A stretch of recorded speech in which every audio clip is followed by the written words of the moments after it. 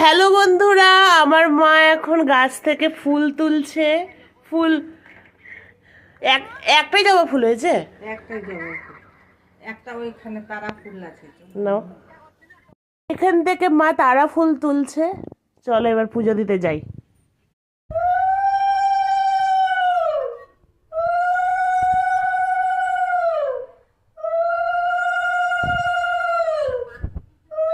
পুজোর থালা, আজকে ঠাকুরের প্রসাদে কাজু কিশমিশি দেওয়া হয়েছে। আছে